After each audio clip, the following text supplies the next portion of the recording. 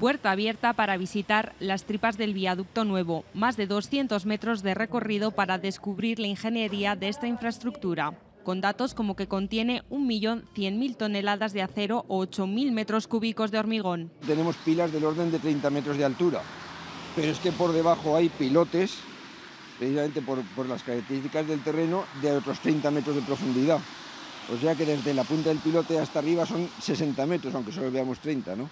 Este punto corresponde al centro del viaducto. Aquí la altura del vano es menor y también el grosor del hormigón. Impresiona escuchar el paso de los coches arriba. Nos explican los ingenieros que es algo totalmente normal por la dilatación que hace que precisamente esta estructura sea más segura.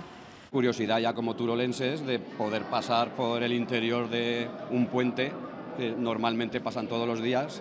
O sea que era más pequeño, porque lo veis desde abajo y aunque impresiona, pero 32 metros es bastante más de lo que pensaba. Con el fin de que pudiéramos circular todo el mundo, cargas pesadas, camiones grandes, que aquel pues bueno ya no soportaba la circulación, ¿no? En enero de 1994 se inauguró el viaducto tras 4 años de obras. Mejoró la movilidad en Teruel y favoreció el desarrollo del barrio del Ensanche.